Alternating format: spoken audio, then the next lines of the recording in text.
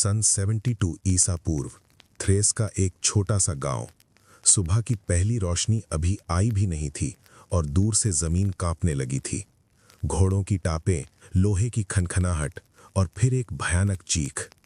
रोमी सेना आ पहुंची थी। लड़ाई कुछ ही पलों में खत्म हो गई। मर्दों को मार दिया गया, बच्चों को एक तरफ धकेल दिया गया और औरतों को उन्हें जिंदा रखा गया। ये दया नहीं थी, ये एक अलग किस्म की सजा थी। रोमी विजय का मतलब सिर्फ जमीन जीतना नहीं था। इसका मतलब था हारे हुए लोगों की हर चीज पर कब्जा करना, उनके घर, उनकी दौलत और उनकी औरतें। आज हम उन औरतों की कहानी बताएंगे जिनके बारे में इतिहास की किताबें चुप रहती हैं। सच सुनने की हिम्मत हो तो बने रहो। सन 71 ईसा पूर्व रोम की सड़कें उस दिन खून और जश्न से भरी थीं। स्पार्टकस की बगावत कुचल दी गई थी। 6000 गुलामों को क्रूसिफाई किया गया था, कैपुआ से रोम तक, एपियन वे के दोनों किनारों पर। लेकिन उस दिन जो औरतें जंजीरों में बंधकर रोम की गलियों में घसीटी जा रही थीं, उनकी कहानी किसी ने नहीं लिखी। इतिहास ने जनरलों के नाम याद रखे, लड़ाइयों की तारीखें याद रखें, लेकिन उन औरतों को भुला दिया जो हर जीत के बाद रोमी सेना के साथ चलती थीं, जंजीरों में। रोमी साम्राज्य को समझना हो तो सिर्फ उसकी सड़कें, उसके मंदिर या उसके कानून मत देखो। उसकी असली ताकत का राज उसकी सेना में था, और उस सेना की जीत के बाद क्या होता था ये समझना जरूरी है। रोमी गणराज्य और बाद में साम्राज्य के दौर में युद्ध सिर्फ दो सेनाओं के बीच की लड़ाई नहीं था, ये एक पूरी सभ्यता को निगल जाने की प्रक्रिया थी। जब रोमी सेना किसी शहर या गांव को जीतती थी तो वहां की हर चीज रोमी राज्य की संपत्ति बन जाती थी, जमीन, सोना, अनाज, जानवर और इंसान। लेकिन जो कोई नहीं बताता वो ये है कि इस इंसानों की श्रेणी में औरतें सबसे पहले आती थीं, और उनके साथ जो होता था वो एक तय, संगठित और कानूनी प्रक्रिया थी। ये किसी सैनिक की व्यक्तिगत बर्बरता नहीं थी, ये रोमी युद्ध नीति का हिस्सा था। रोमी कानून में एक शब्द था, प्राइडा। इसका मतलब था युद्ध में जीती गई संपत्ति, और इस प्राइडा में औरतें भी शामिल थीं। जब कोई शहर डेडिशियो यानी आत्मसमर्पण करता था तो उसके नागरिकों को कुछ अधिकार मिलते थे, लेकिन जब कोई शहर लड़कर हारता था तो वहां के सभी लोग, मर्द, औरतें, बच्चे, सब रोमी राज्य के गुलाम बन जाते थे। ये रोमी यूस बेली यानी युद्ध के अधिकार का हिस्सा था। सन 146 ईसा पूर्व में कार्थेज का पतन हुआ। रोमी जनरल स्किपियो एमिलियानस के नेतृत्व ने रोमी सेना ने कार्थेज को 3 साल की घेराबंदी के बाद तोड़ा। उस शहर में उस वक्त करीब 5 लाख लोग थे। जब शहर गिरा तो मर्दों को मार दिया गया, 50,000 औरतों और बच्चों को गुलाम बनाकर रोम भेजा गया। 50,000 ये कोई छोटी संख्या नहीं थी, ये एक पूरी सभ्यता का सफाया था। ग्रीक इतिहासकार पॉलीबियस, जो खुद उस वक्त वहां मौजूद था, उसने लिखा, जो दृश्य मैंने देखा उसे शब्दों में बयान करना मुश्किल है। ये एक चश्मदीद की गवाही थी, और वो गवाही कार्थेज की औरतों की चीखों से भरी थी। लेकिन कार्थेज कोई अकेला मामला नहीं था। यही हुआ कोरिंथ में सन 146 ईसा पूर्व में ही। यही हुआ एपिरस में सन 167 ईसा पूर्व में, जब रोमी जनरल लूशियस एमिलियस पॉलस ने एक ही दिन में 70 शहरों को लूटा और 1,50,000 लोगों को गुलाम बनाया। 1.5 लाख इंसान एक ही दिन में। ये संख्या किसी आधुनिक शहर की पूरी आबादी के बराबर है। इन गुलामों में औरतों की तादाद हमेशा सबसे ज्यादा होती थी, क्योंकि मर्दों को अक्सर युद्ध में मार दिया जाता था या विरोध के डर से कत्ल कर दिया जाता था। औरतें ज्यादा उपयोगी मानी जाती थीं। रोमी समाज में घरेलू काम के लिए, खेतों में काम के लिए और उन कामों के लिए जिन्हें इतिहास की किताबें साफ साफ नहीं लिखती। रोमी सेना के साथ हमेशा लेनियंस चलते थे। जैसे ही कोई शहर जीता जाता, ये दलाल औरतों को छांटते थे। जवान, स्वस्थ और अच्छी दिखने वाली औरतों को अलग किया जाता था। उनकी कीमत तय होती थी, बाजार में बेचा जाता था। रोम के फोरम बुरेरियम में, जो शहर का सबसे बड़ा बाजार था, औरतें उसी तरह बिकती थीं जैसे अनाज या कपड़ा। सिसरो, रोम के सबसे मशहूर वकील और दार्शनिक, उन्होंने अपनी किताब डी रिपब्लिका में लिखा कि युद्ध में जीती गई संपत्ति पर रोमी राज्य का पूरा अधिकार है। वो इसे अन्याय नहीं मानते थे, ये उनके लिए कानून था, परंपरा थी और सभ्यता का हिस्सा था। यही वो पल है जब हमें रुककर सोचना चाहिए। रोम को हम सभ्यता का पालना कहते हैं। उसके कानून, उसकी भाषा, उसकी वास्तुकला आज भी हमारी दुनिया को प्रभावित करती है। लेकिन उसी सभ्यता की नींव में लाखों औरतों का दर्द दबा हुआ है, जिनके नाम इतिहास में कहीं नहीं लिखे गए। वे सिर्फ एक संख्या थीं, प्राइडा थीं, लेकिन वे इंसान थीं और उनकी कहानी सुनी जानी चाहिए। अब तक तुमने जाना कि रोमी जीत के बाद औरतें प्राइडा बन जाती थीं, लेकिन ये सिर्फ एक शब्द नहीं था, ये एक पूरा तंत्र था। एक मशीन थी जो हर जीत के बाद चलती थी, व्यवस्थित, ठंडी और बेरहम। आज हम उस मशीन के हर पुर्जे को खोल कर देखेंगे। जब रोमी सेना किसी शहर को जीतती थी तो सबसे पहला काम होता था दिविसियो, यानी बंटवारा। ये बंटवारा 3 हिस्सों में होता था। पहला हिस्सा जाता था रोमी राज्य को, यानी सीनेट और सरकार को। दूसरा हिस्सा जाता था जनरल को, जिसने लड़ाई जीती थी, और तीसरा हिस्सा बांटा जाता था सैनिकों में। इस बंटवारे में औरतें भी शामिल थीं। वे संपत्ति थीं और संपत्ति बांटी जाती थी। लेकिन हर औरत का भाग्य एक जैसा नहीं था। रोमी तंत्र में उनकी श्रेणी तय होती थी। सबसे पहले आती थीं वे औरतें जो किसी राजघराने या कुलीन परिवार से होती थीं। इन्हें कैप्टिवे नोबिलिस कहा जाता था। इनकी कीमत सबसे ज्यादा होती थी। इन्हें या तो रोमी सीनेटरों के घरों में भेजा जाता था या फिर इनके परिवार से फिरौती मांगी जाती थी। सन 168 ईसा पूर्व में मैसिडोनिया के राजा पर्सियस की हार के बाद उसकी रानी और बेटियों को रोम लाया गया। उन्हें जनरल ल्यूसियस एमिलियस पॉलस के घर में रखा गया, नौकरानियों की तरह। दूसरी श्रेणी थी आम औरतों की। इन्हें सीधे दास बाजार में भेजा जाता था। रोम में उस वक्त 3 बड़े दास बाजार थे, फोरम बोरेरियम, कैपुआ का बाजार और डेलोस द्वीप का बाजार। डेलोस सबसे बड़ा था। इतिहासकार स्ट्रेबो ने लिखा है कि डेलोस में एक दिन में 10,000 गुलाम खरीदे और बेचे जाते थे। 10,000 एक दिन में। इनमें से आधी से ज्यादा औरतें होती थीं। बाजार में पहुंचने से पहले औरतों को मेंसिपियो की प्रक्रिया से गुजरना पड़ता था। इसमें उनकी उम्र, स्वास्थ्य और उपयोगिता की जांच होती थी। उन्हें नहलाया जाता था, उनके बालों में तेल लगाया जाता था और उन्हें एक पत्थर के चबूतरे पर खड़ा किया जाता था। उनके गले में एक तख्ती लटकाई जाती थी जिस पर उनकी खूबियां लिखी होती थीं, उम्र, भाषा और वे काम जो वे कर सकती थीं। ये तख्ती टिटुलस कहलाती थी। जो औरतें बीमार होती थीं, बूढ़ी होती थीं या जिन्हें अनुपयोगी माना जाता था, उनका भाग्य और भी अंधेरा था। उन्हें खेतों में भेजा जाता था, जहां काम की परिस्थितियां इतनी भयानक थीं कि वे कुछ ही सालों में मर जाती थीं। रोमी कृषि लेखक कोलुमेला ने अपनी किताब डे रे रस्टिका में लिखा है कि खेतों में काम करने वाले गुलामों की औसत उम्र बहुत कम होती थी। वो इसे एक व्यावसायिक समस्या की तरह लिखता है, इंसानी त्रासदी की तरह नहीं। लेकिन सबसे क्रूर हिस्सा था रोमी सेना का अपना आंतरिक तंत्र। जब सेना किसी लंबे अभियान पर होती थी तो जीती हुई औरतों को तुरंत बाजार नहीं भेजा जाता था। उन्हें सेना के शिविर में रखा जाता था। रोमी सैन्य शिविरों में एक हिस्सा होता था जिसे लुपानार कहते थे। ये एक संगठित व्यवस्था थी जिसे रोमी सैन्य अधिकारी खुद चलाते थे। ये कोई छुपी हुई बात नहीं थी, ये सेना की आधिकारिक संरचना का हिस्सा था। रोमी इतिहासकार लीवी ने अपनी किताब अब उर्ब कॉन्डेटा में कई जगहों पर उल्लेख किया है कि जीत के बाद औरतों को सेना के शिविर में किस तरह रखा जाता था। वो इसे बड़े सामान्य ढंग से लिखता है, जैसे ये कोई साधारण बात हो, और उस समाज के लिए ये साधारण ही थी। यही वो बात है जो हमें सोचने पर मजबूर करती है। रोमी साम्राज्य ने दुनिया को कानून दिया, लेकिन वो कानून सिर्फ रोमी नागरिकों के लिए था। हारे हुए लोगों के लिए, और खासकर हारे हुए लोगों की औरतों के लिए कोई कानून नहीं था। वे तंत्र के सबसे निचले पायदान पर थीं, और ये तंत्र सदियों तक चलता रहा, बिना किसी सवाल के, बिना किसी विरोध के। ये तंत्र सिर्फ कागजों पर नहीं था, इसने असली इंसानों की जिंदगियां तोड़ी थीं। और इतिहास ने कुछ नाम बचा कर रखे हैं, कुछ चेहरे जो इस अंधेरे की गवाही देते हैं। आज हम उन चेहरों को देखेंगे। पहला नाम है क्लियोपैट्रा सेलेन का। नहीं, ये वो क्लियोपैट्रा नहीं है जिसे तुम जानते हो।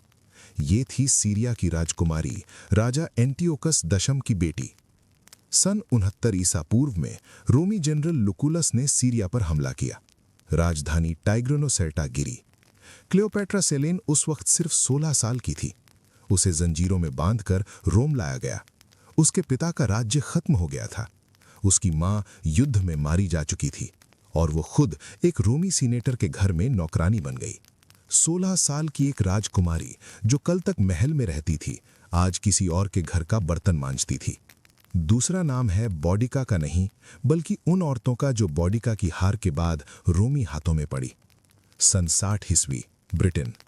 आइसेनी जनजाति की रानी बॉडिका ने रोम के खिलाफ बगावत की थी, लेकिन जब रोमी जनरल गायस सूटोनियस पॉलिनस ने उसे हराया तो जो हुआ वो भयानक था। रोमी इतिहासकार टैसिटस ने लिखा है कि रोमी सैनिकों ने आइसेनी औरतों के साथ जो किया वो किसी भी इंसानी मर्यादा से परे था। टैसिटस खुद रोमी था, फिर भी उसने ये लिखा। ये इसलिए नहीं कि उसे दया आई, बल्कि इसलिए कि वो घटना इतनी बड़ी थी कि उसे छुपाना मुश्किल था। तीसरा नाम है जुगुर्था की मां का। जुगुर्था नुमीदिया का राजा था, उत्तरी अफ्रीका में। सन 105 ईसा पूर्व में रोमी जनरल गायस मारियस ने उसे हराया। जुगुर्था को जंजीरों में रोम लाया गया और बाद में मार दिया गया, लेकिन उसकी मां और बहनें जो नुमीदिया की कुलीन औरतें थीं, उन्हें दास बाजार में बेच दिया गया। उनके नाम इतिहास में दर्ज नहीं है, वे सिर्फ जुगुर्था की रिश्तेदारें हैं, लेकिन वे भी इंसान थीं। चौथी कहानी है एक ऐसी औरत की जिसका नाम हमें पता है, लेकिन उसकी कहानी हम आमतौर पर गलत तरीके से जानते हैं। वो है कैसेंड्रा। नहीं, ट्रॉय की कैसेंड्रा नहीं, ये कैसेंड्रा थी एपिरस की, सन 167 ईसा पूर्व की। जब रोमी जनरल पॉलस ने एपिरस के 27 शहर एक दिन में लूटे, तो उस दिन एक औरत ने अपने 3 बच्चों को सीने से लगाकर रोमी सैनिकों का सामना किया। उसका नाम था कैसेंड्रा। रोमी सैनिकों ने उसके बच्चों को उससे छीन लिया। बच्चों को अलग बेचा गया, कैसेंड्रा को अलग। एक माँ और उसके बच्चे एक ही दिन में 3 अलग अलग मालिकों की संपत्ति बन गए। ये कहानी एक छोटे से यूनानी शिलालेख में मिली है, जो आज एथेंस के एक संग्रहालय में रखा है। 5वां नाम है थिस्बे का। थिस्बे एक कार्थेजनी औरत थी। सन 146 ईसा पूर्व में कार्थेज के पतन के दौरान जब रोमी सेना शहर में घुसी, थिस्बे ने खुद को और अपनी बेटी को एक कुएं में छुपा लिया। 3 दिन वे वहां रहीं, बिना खाने के, बिना पानी के। चौथे दिन रोमी सैनिकों ने उन्हें ढूंढ निकाला। थिस्बे की बेटी को तुरंत ले जाया गया। थिस्बे ने विरोध किया, उसे बेड़ियां पहनाई गईं और घसीटकर बाजार ले जाया गया। ये कहानी रोमी लेखक एपियन ने अपनी किताब पुनिका में लिखी है। ये सिर्फ 5 नाम है, लेकिन इन 5 नामों के पीछे लाखों ऐसी औरतें हैं जिनके नाम कहीं नहीं लिखे गए, जो सिर्फ संख्याएं बनकर रह गईं।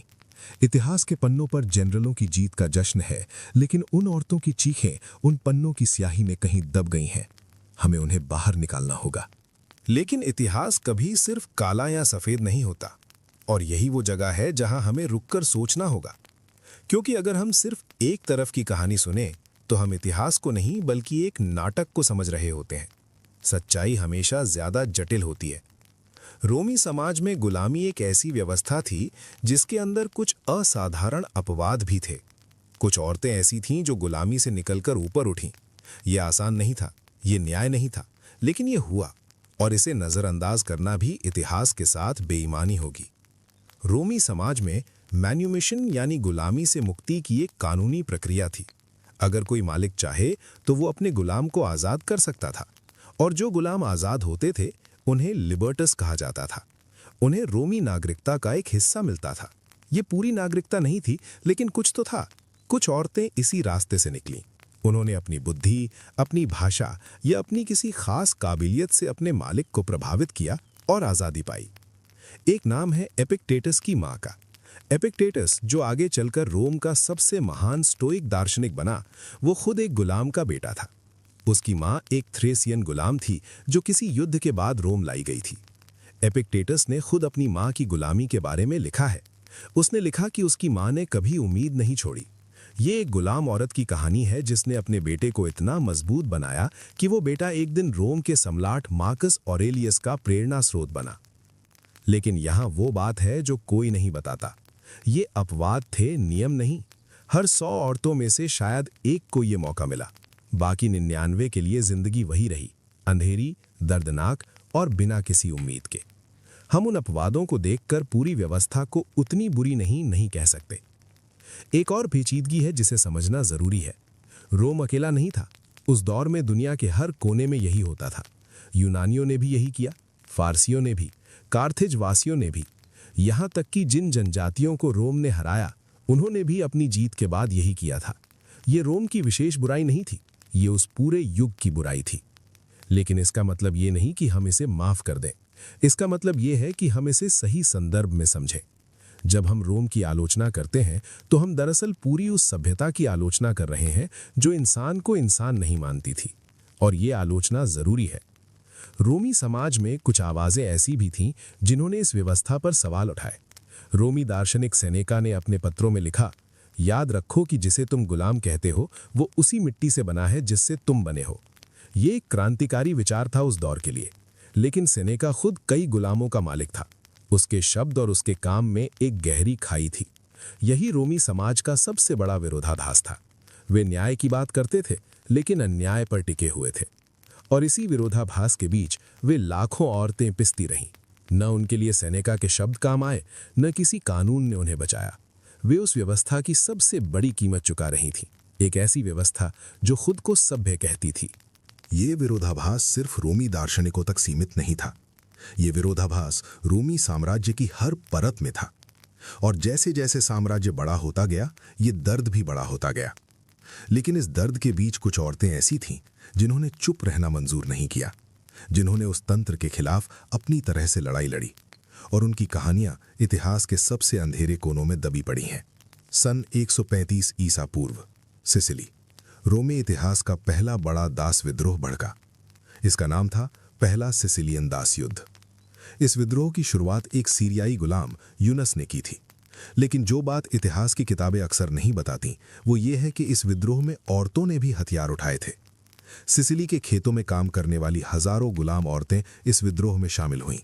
उन्होंने न सिर्फ लड़ाई में हिस्सा लिया, बल्कि उन्होंने विद्रोहियों के लिए खाना बनाया, घायलों की देखभाल की और जासूसी का काम किया। रोमी इतिहासकार दियोदोरस सिकुलस ने लिखा है कि जब रोमी सेना ने विद्रोह को कुचला तो उन्होंने औरतों को भी उसी बेरहमी से सजा दी जैसे मर्दों को। दूसरी कहानी है एक औरत की जिसका नाम था फेलिसिटास। सन 203 ईस्वी, कार्थेज। ये वो दौर था जब रोमी साम्राज्य में ईसाई धर्म फैल रहा था और रोमी सम्राट उसे कुचलने की कोशिश कर रहे थे। फेलिसिटास एक गुलाम औरत थी जो हाल ही में मां बनी थी। उसे गिरफ्तार किया गया क्योंकि वो ईसाई थी। उसे एक जंगली जानवर के सामने फेंका जाना था। जेल में उसने एक बच्चे को जन्म दिया। जेलर ने उससे पूछा कि इतने दर्द में वो कैसे चिल्लाई, तो उसने कहा, अभी मैं खुद सह रही हूं, लेकिन उस वक्त कोई और मेरे लिए सहेगा। ये शब्द एक गुलाम औरत के थे जिसके पास खोने के लिए सब कुछ था और फिर भी डर नहीं था। फेलिसिटास को उसकी साथी परपेचुआ के साथ रोमी एम्फीथिएटर में मार दिया गया। आज दोनों को ईसाई संत माना जाता है। तीसरी कहानी थोड़ी अलग है।